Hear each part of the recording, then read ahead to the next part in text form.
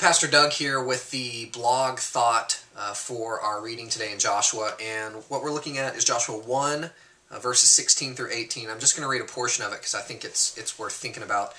In verse 16, the people answer Joshua saying, "All that you have commanded us we will do, and wherever you send us we will go.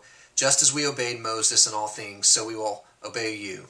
And that's the verse that jumped out at me at this passage, particularly because I love the posture that the people take. They're both honoring the leader that came before, as well as preparing themselves to receive the new leader. And I think that's a verse that for us at Highland, who are in the midst of a pastoral transition process, it would be a good posture for us to take up. I think in America, especially in the last 10 to 20 years or so, maybe longer. I can only speak because I'm 29, so I can only say for sure in the last 20 years. But there's this emphasis on the novel as opposed to that which has traditionally been held, where we value things that are younger. You know, in the worship wars that hit our church, we want the newer, younger music with guitars, or now guitars are still old, so we want rap music and techno music, and it's always an emphasis on younger. You know, you look at movies and film and music, it's always on music and film that's trying to hit the 18 to 25-year-old demographic. There are all these movies about the lives of high school students, and Christianity itself has been a movement which has been largely fueled in America by youth movements, Youth for Christ, the emergence of the youth group. And so all that to say, there's just this emphasis and culture on that which is newer is better.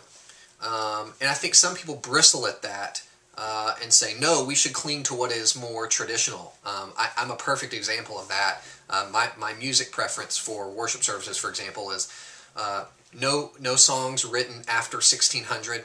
I want only like hymns that are really rich in theology, and I generally don't like books that are written currently. I'll only read something if it was published before 1950. I mean, I'm kind of one of those weird guys who just prefers things that are traditional to things that are new.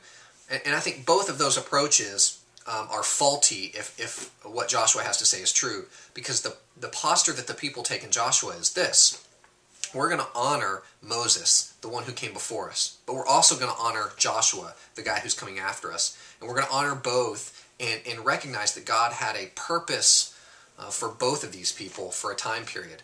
And I just really am challenged by that, to consider that the Lord is doing a new thing, and I've got to be on board with that. But He's also done so much in the past, and I need to be on board with that as well. And just, it challenges me to find that balance. I think it's a really good thing for us as we're in the midst of the pastoral transition process, just to say, man, we're really thankful for the 20 years that Barry's put in here. We're thankful for him. We want to honor him. And we know that there's someone that God's bringing on after Barry, and Barry's even told us one of the best ways we can honor him is to really honor and bless the new guy who comes in. So we're going to position ourselves right now to receive this new pastor, and holding both in tension is probably a really good task for each of us to take on in this time period. That's all I got for today. Maybe I'll blog again in a week or so.